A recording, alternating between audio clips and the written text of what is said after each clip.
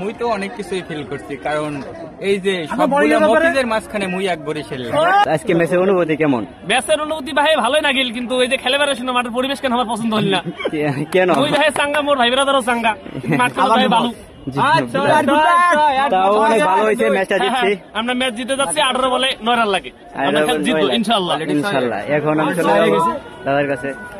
কেমন আছেন? আমি ভালো আছি। তো দাদার বাসা কোথায়? আমার বাসা হচ্ছে রংপুর। রংপুর। তো দাদা অনেক ভালো কিপিং করছেন, তো কিরকম অনুভূতি? ভাই আমার অনুভূতি, আমি খেলা আসলাম জিতে জানি, আমি খেলা আসলাম মানে জিতে জানি, যাবার না ক্যাঙ্কুরি হয় হোক। আচ্ছা আচ্ছা আচ্ছা আচ্ছা আচ্ছা। আমি যে একটা বল করছি আপনি ধরছেন, কিরকম? আমার খুব ভালো লাগছে, যদি আমার টিভি দেখাতো না এই হলো ওই বল। আচ্ছা আচ্ছা আচ্ছা। এই যে আমাদের রাহুল ভাই, মানে আমাদের টিমের ফিল করতেছেন আজকের ম্যাচে? মুই তো অনেক কিছুই ফিল করছি, কারণ এই যে সবগুলো মফিজের মাঝখানে মুই একবারই খেললাম।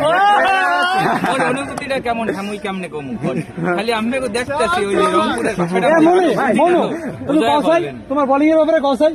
মোর বোলিং আজকে বেশি ভালো হয় নাই, মুই চাইছিলাম আরো ভালো করে করতে, সামনের ম্যাচে মুই আরো ভালো করে করব ইনশাআল্লাহ।